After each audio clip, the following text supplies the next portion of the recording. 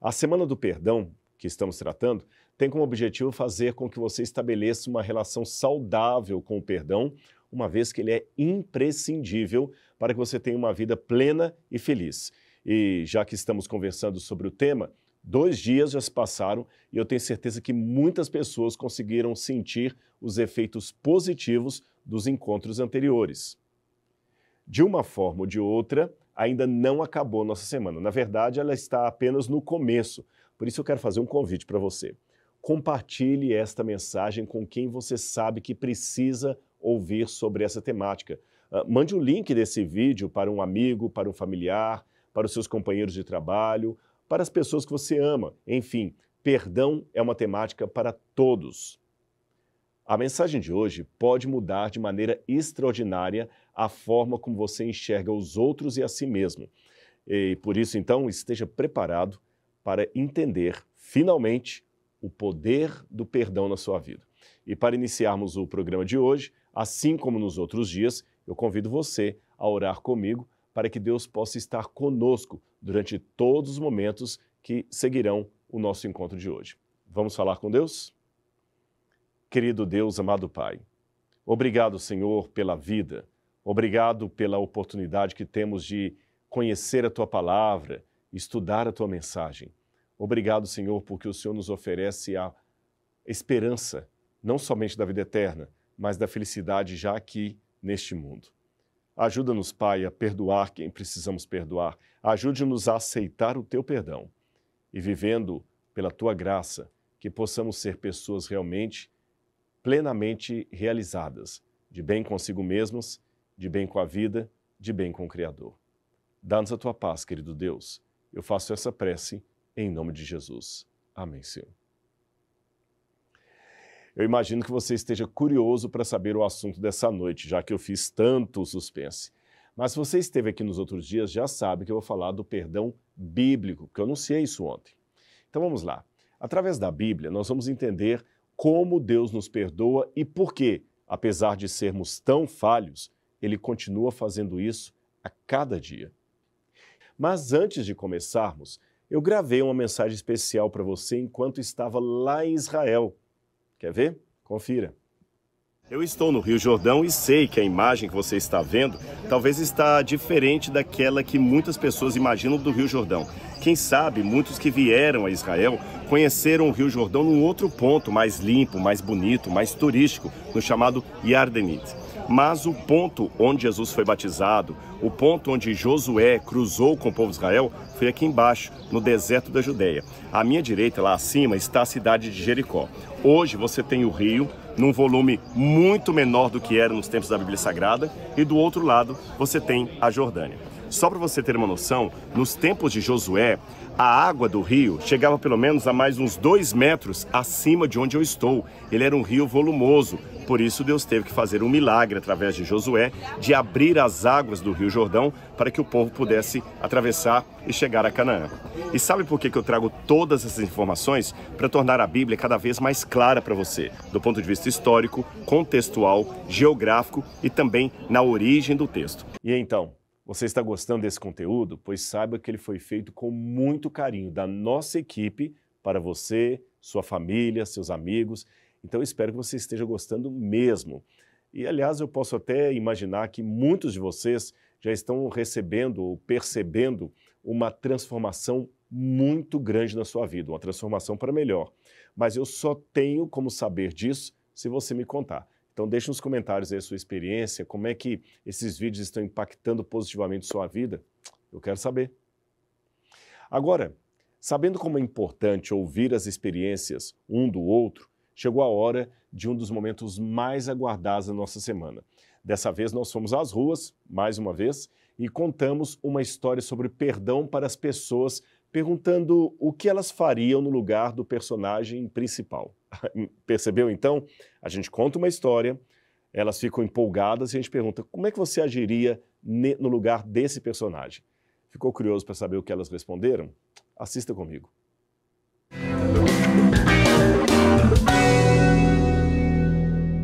Você já foi traído? Seja na amizade, seja no trabalho, seja no relacionamento. Tem gente que consegue perdoar de primeira, vai ali reconstruindo aquele laço, ganhando a confiança, mas aí a pessoa pisa na bola de novo. E aí, é pra perdoar ou não é? Não volta, é triste, né? Não tem como. Vamos supor, eu te perdoei de uma coisa que você fez pra mim, você fizer de novo, eu acho assim, eu te perdoar a primeira vez, quem errou foi você. Se eu perdoar de novo, quem tá errando sou eu. A gente já fica com o pé atrás, né? Mas como eu disse, eu não guardo mágoa. Eu corto a pessoa da minha vida. Só corto a relação, porque já não é uma relação saudável pra mim. Se tá me fazendo mal, não preciso daquilo. Uma vez, acho que todo mundo tem direito de errar uma vez. Mas a segunda vez, se já me fez mal uma vez, está fazendo mal de novo, vai acabar se tornando um hábito. Então é melhor tirar de canto e deixar ali. Então, sei lá agora, nunca aconteceu isso comigo não. Mas se acontecer, eu perdoaria de novo sim. Só que eu ia estar me afastando da pessoa. É um perdão que eu procurava quanto menos contato com a pessoa e eu me afasto da pessoa. Porque tem tudo a ver, nessa situação, tem tudo a ver com o caráter da pessoa, né? Eu já não confiaria mais.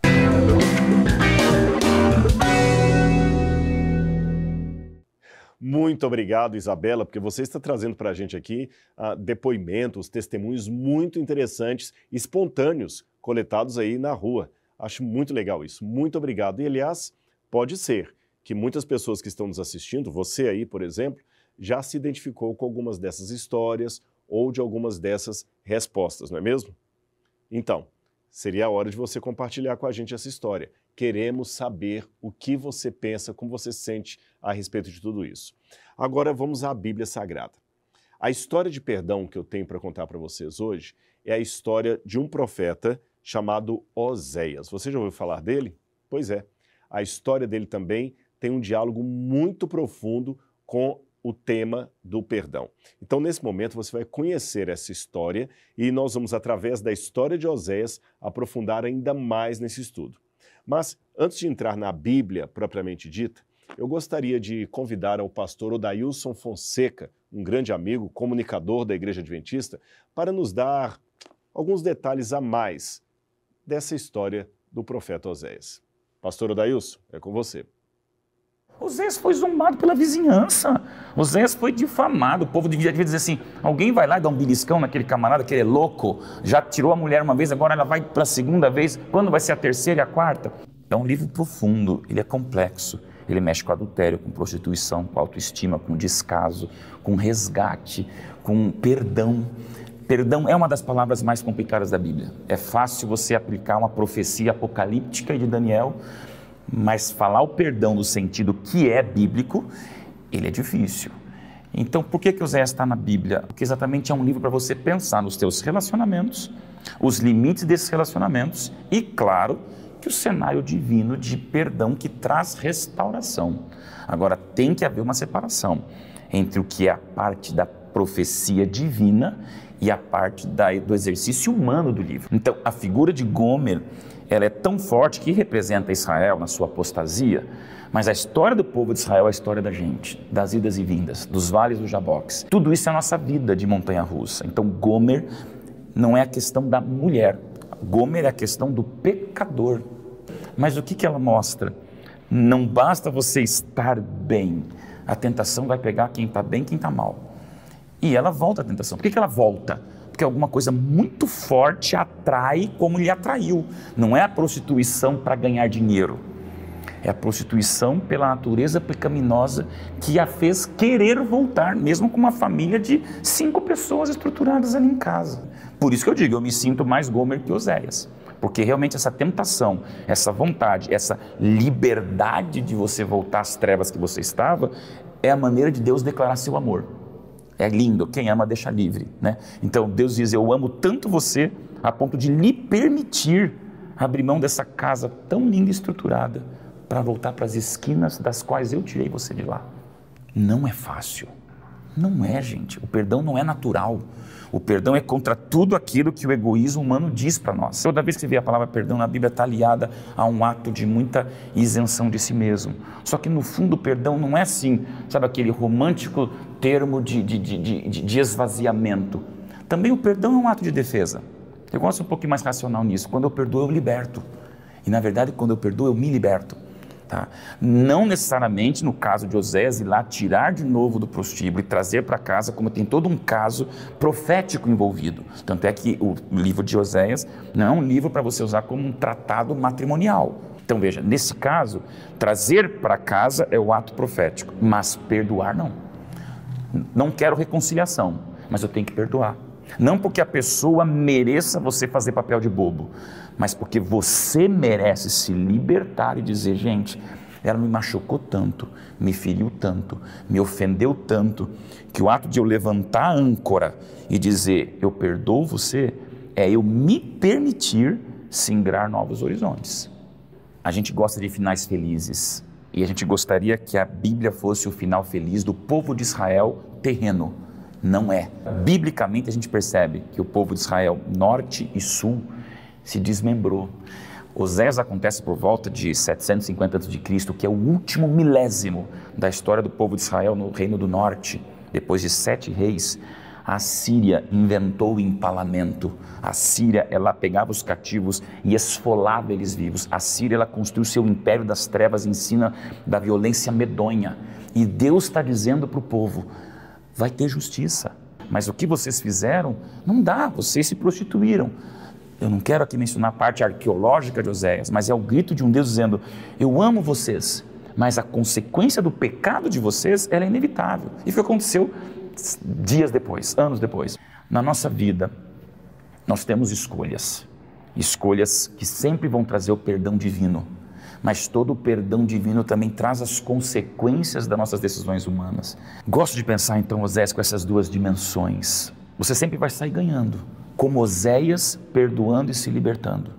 Como Gomer sendo perdoada e resgatada.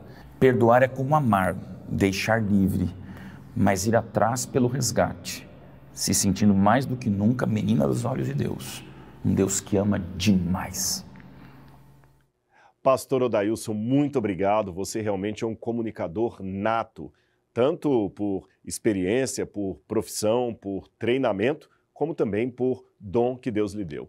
Acho que ficou bem mais claro para a gente esse contexto que você colocou aí sobre o profeta Oséias e nos ajuda a entender melhor essa passagem e a relação que ela tem com a temática do perdão. Valeu mesmo. Assim como o pastor Odailson falou, nós ouvimos a história de Oséias em vários momentos e até nos compadecemos do profeta. E a gente pensa assim, poxa, como será que ele aguentou tamanho sofrimento? Ou então, como alguém pode ser tão ruim quanto Gomer, a esposa do profeta? Então deixe-me dizer-lhe uma coisa que vai surpreender você. A história de Oséias se repete todos os dias. Sabe onde? Na minha e na sua vida. Eu não quero parecer repetitivo, mas é disso que trata o perdão. Vamos ver Oséias, capítulo 14. Aqui tem uma mensagem muito interessante que devemos pegar para os nossos dias. Afinal de contas, se nós não atualizarmos esta mensagem da Bíblia para a nossa realidade, não entendermos qual o significado dela para os nossos dias, a Bíblia será apenas uma peça de museu e nada mais. Então, dos capítulos de Oséias, eu vou comentar com vocês aqui um pouquinho sobre o capítulo 14. Vamos ler o que ele diz. Então, está com sua Bíblia aí? Vamos ler aqui. Oséias, capítulo 14, versículo 1. Diz assim, volte, ó Israel, para o Senhor, o seu Deus. Seus pecados causaram sua queda. Preparem para o que eu vou dizer e voltem para o Senhor. Peçam-lhe, perdoa todos os nossos pecados e, por misericórdia, recebe-nos para que te ofereçamos o fruto dos nossos lábios. A Assíria não nos pode salvar. Não montaremos cavalos de guerra. Nunca mais diremos, nossos deuses, aquilo que a nossa própria mão fez, porque tu amas o órfão. Esta parte aqui, que é o desfecho do livro de Oséias, mostra que a relação que ele teve com Gomer, a sua esposa, era justamente um modelo de como Deus trata o povo de Israel e, por tabela, o seu povo no século XXI, isto é, eu e você. Imagine a situação. Num contexto de extrema moralidade, o profeta vai, pega uma mulher de vida imoral, duvidosa. Alguns comentaristas pensam que ela foi até apanhada da prostituição, Outros pensam que não, que ela tinha se casado com ele, abandonou o marido e foi para a prostituição.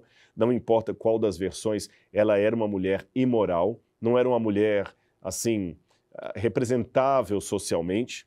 Oséias vai, pega essa mulher nesse estado, depois de tudo que ela fez com ele, depois dela ter fugido dele, e começa a caminhar com ela como uma dama da mais fina corte ali pelas ruas de Israel. As pessoas, então, na hora comentaram: que loucura, por que você está fazendo isso? Ele aproveitou e perguntou de volta: ah, vocês querem mesmo saber? Que bom, pois assim como eu estou tratando essa mulher adúltera que me traiu, assim como eu estou tratando com carinho, é o modo como o Senhor Deus trata a cada um de vocês, que ao caírem em pecado, também estão adulterando espiritualmente e quebrando a aliança com seu Deus. Esse gesto de Oséias é chamado tecnicamente de o ato do profeta. Eu vou explicar para você. Numa época em que não havia PowerPoint, nem televisão, nem celular, nem vídeo, nem curso à Bíblia comentada, uma das técnicas que não somente profetas, mas também filósofos gregos, por exemplo, tinham de ensinar uma ideia, uma lição, era representando, teatralizando uma situação incomum. Então, quando a pessoa representava aquele papel, ele adquiria, dos que viam a cena, dois tipos de comportamento. Primeiro, podia ser um comportamento de estranheza. Ei, você está fazendo algo tão estranho, o que quer dizer isso? Aí ele aproveitava o ensejo para explicar o que ele queria dizer com aquela mensagem.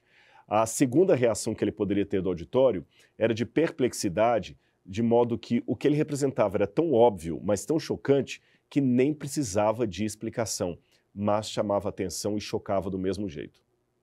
Exemplos que eu posso dar? Bom, nós temos aqui alguns casos emblemáticos. Vamos supor que um amigo me traiu. Era alguém em quem eu confiava. Então, por ele ter me traído, quando ele chega perto de mim com muitos afagos e abraços, eu só o interrompo com a mão e pego a blusa e rasgo.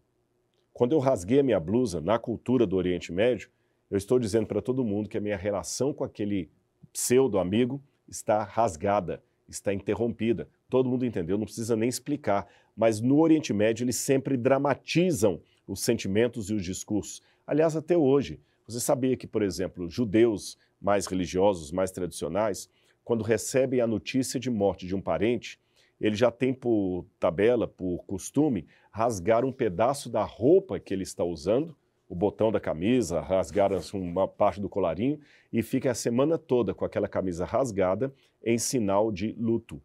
Ou seja, isso é um ato do profeta, posso dizer assim. Ele está exteriorizando num comportamento teatral, mas não falso, teatral no sentido que ele encena uma situação, mas é real o sentimento. Ele está teatralizando a dor que ele está sentindo ou a lição que ele quer ensinar. Foi nesse contexto cultural que Oséias, então, pegou aquela mulher que, num primeiro momento, não merecia o seu carinho, o seu afeto, o seu amor, e a tratou como se ela não houvesse pecado, ou seja, ele deu para ela o seu perdão, e assim ilustrou com aquele ato o que Deus faz com cada um de nós. Aliás, não custa nada lembrar que Jesus também está sempre nos perdoando. Ele sempre oferece o seu perdão a cada etapa do caminho de nossa vida. Em outras palavras, na história do século XXI, nós somos muitas vezes a Gomer da relação com Deus. Aqueles que estão traindo o Altíssimo, mas Ele, de maneira graciosa, nos perdoa e nos dá uma nova chance. Uma nova chance que nos ajuda a enfrentar os dilemas de nossa vida, ainda que cada um tenha uma experiência diferente para contar. E já que eu falei de chance, de experiência, de vida de cada um, eu quero contar um testemunho para você. Ou melhor, eu quero que a pessoa desse testemunho conte para você o que aconteceu com ela. Eu estou falando do Rinaldo. O Rinaldo, por muito tempo, fugiu de enfrentar os problemas e, com base nisso, ele acabou arcando com consequências dos seus atos ruins. Ele precisava ser perdoado. Aqui é uma situação diferente. Ele não tinha necessariamente que perdoar pessoas. Ele precisava do perdão de Deus. E o encontro de Deus com o Rinaldo foi algo tão maravilhoso. Emocionou tanto a nossa equipe, a experiência que ele teve de implorar o perdão e se sentir perdoado, isso mudou tanto que nós pedimos o Rinaldo para contar a história dele para vocês. Então, Preste atenção, ouça com carinho esse testemunho. Ele impactou a nossa equipe aqui. Eu nasci com uma doença chamada osteogênese imperfecta. Eu nunca andei e essa doença ela é comumente conhecida como ossos de vidro. E essa doença impossibilitou que eu andasse, consequentemente, eu tinha um sonho quando criança que era ser jogador de futebol, né? É um sonho quase que comum de muitas crianças brasileiras. E eu não gostava de Deus, porque as pessoas falavam que Deus era bom. Eu dizia que se Deus fosse bom, eu não teria nascido assim. Esse processo conturbado com Deus, ele atravessou a minha juventude, a minha adolescência, a minha juventude, e chegou numa fase adulta também. E, infelizmente, eu fiz parte de uma quadrilha.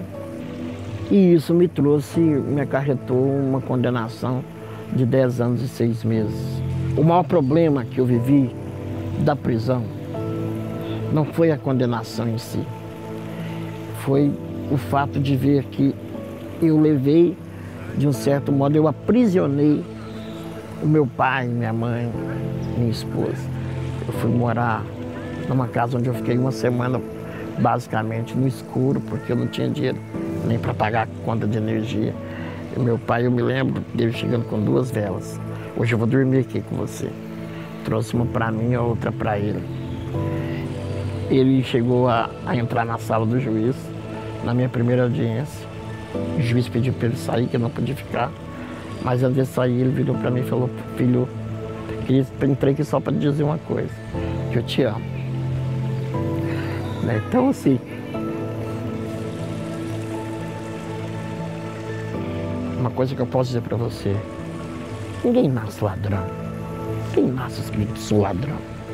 A questão maior são as nossas escolhas de vida. E quando eu perdi meu pai, eu percebi que eu precisava retomar um caminho. Mas havia aí um outro problema: coragem. O que é a prisão na vida de um homem? A prisão na vida do homem é o último estágio de uma morte em vida. E eu cheguei. E depois que você está no fundo do poço, só tem um local que você pode olhar, que é para cima. Eu conheci Cristo melhor na prisão. E a minha primeira prisão eu fiquei 1 ano, 2 anos praticamente. Ganhei minha liberdade. Já reconciliado com Deus, eu consegui montar minha empresa de informática de novo. E trabalhando, eu estava com o chamado induto condicional, mas tinha um outro processo em andamento. E quando estava quase completando 2 anos, aí veio outra prova, né? Eu fui condenado de novo. O que era 5 e 2 virou 10 e 6. No final do ano, o presidente da República, que nunca havia visto o Rinaldo, não sabia nem que eu era, nem que eu estava preso, ele solta um decreto de induto, onde esse decreto dizia que pessoas cometidas por doenças graves, incuráveis, se tivessem cumprido um certo tempo da pena, poderiam ser beneficiadas com perdão total. O gerente da PAC, na época, entrou e pediu para parar tudo. E ele disse: eu pedi para parar porque eu estou aqui para anunciar. Estou com uma vara de soltura para o recuperando Rinaldo Cláudio Guimarães. É uma vara de induto e ele disse para mim: sua pena pagou, Rinaldo. Você não deve mais nada à justiça. E teve um recuperando que riu muito quando eu disse que eu ia embora. E de repente esse recuperando estava lá do fundo. Ele começou a chorar e veio, ele me deu um abraço e falou assim: me apresenta esse seu Deus, que ele te perdoou, tenho certeza, porque ele te deu a liberdade. Deixa eu pedir perdão para ele também. Eu tropecei na vida sem andar. E às vezes eu fico pensando, quanto que eu poderia ter tropeçado mais andando lá na Nova Jerusalém. Não vai ter cadeira de rodas. Lá na Nova Jerusalém, eu vou estar andando. Lá na Nova Jerusalém, quando você fica de pé e eu ficar, nós vamos ser do mesmo tamanho. nosso corpo vai ser celestial. Se Jesus vier aqui pedir para andar, eu não vou não. Talvez eu vou pedir para ele, Senhor, tem misericórdia de mim, deixa pelo menos um barracão, né, meia água lá, junto da sua morada, lá na sua morada, não esquece de mim não. Pode ser que eu fale isso, mas para andar aqui na terra, eu não penso não. Rinaldo, muito obrigado. Que Deus abençoe muito sua vida. Seu testemunho é maravilhoso. E olha que ele contou de maneira resumida, porque há muitos outros detalhes. E essa parte final aí, onde ele fala que se Jesus viesse agora, o único pedido que ele teria era para estar com Jesus, porque lá não haverá os problemas dessa vida, mostra um amor incondicional pelo Criador. Então você vê aí um fato real de alguém que não leu sobre o perdão um poema que alguém escreveu, não, nem se trata de um filme de Hollywood ou do Netflix. Essa história do Rinaldo é um fato real, autêntico, que ele experimentou, que ele sentiu na pele e que testemunhou com você. Ou seja, há muitos Rinaldos que estão assistindo nesse momento precisando do perdão de Deus. A boa nova dessa história é que o mesmo Deus que perdoou e transformou o Rinaldo pode operar na sua vida hoje também. Basta você aceitar a graça que Ele quer conceder para você. Se você precisa sentir esse perdão, então, eu queria propor um desafio para você. Hoje, eu quero que você escreva uma oração de reconciliação com Deus. Cada dia nós estamos dando um exercício diferente, um exercício emocional para vocês fazerem. Então, hoje eu queria que você escrevesse uma oração. Mas agora, diferente do exercício dos outros dias, essa oração que você vai escrever não será compartilhada.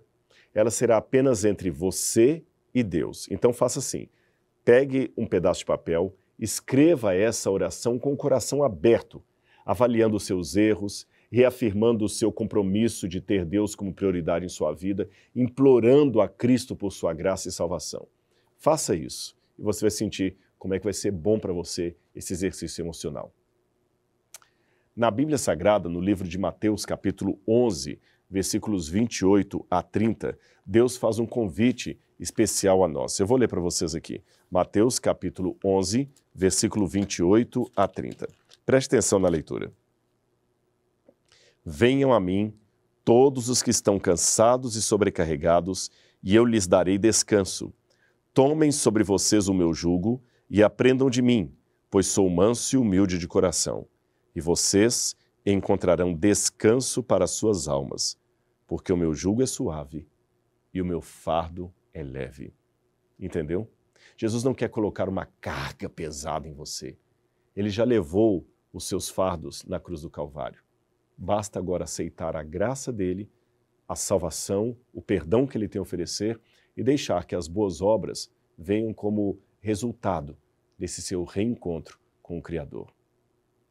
Hoje você tem mais uma vez a oportunidade de se tornar parte dessa promessa, ou melhor, fazer com que essa promessa se torne parte de sua vida ao se reconciliar com Cristo.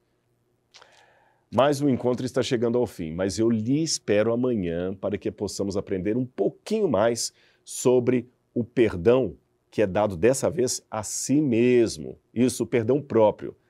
Se essa é uma expressão nova para você, perdão próprio, saiba que se perdoar pode ser mais uma das decisões difíceis, porém prioritárias para a sua vida, se você quer encontrar a paz de espírito. Eu sei, às vezes não é fácil, mas a Bíblia, mais uma vez, vai nos ajudar a encontrar o conforto no perdão que Deus pode providenciar. Agora, vamos então orar, agradecendo a Deus pelo perdão, por tudo que Ele tem feito por cada um de nós. Está bem? Ore comigo. Obrigado, Senhor, por esse encontro. Obrigado por esse terceiro dia de experiências e aprendizados e ensinos sobre o perdão. Fica conosco, Senhor. Dá-nos uma experiência real contigo. E amanhã que todos possam estar mais uma vez ligadinhos com a gente para estudarmos a Tua Palavra e aprendermos mais de Ti. Em nome de Jesus. Amém, Senhor. É muito bom ter esse encontro com você. Então, cuidado para não perder o nosso encontro marcado. Eu, você e o Senhor. Um grande abraço e até lá.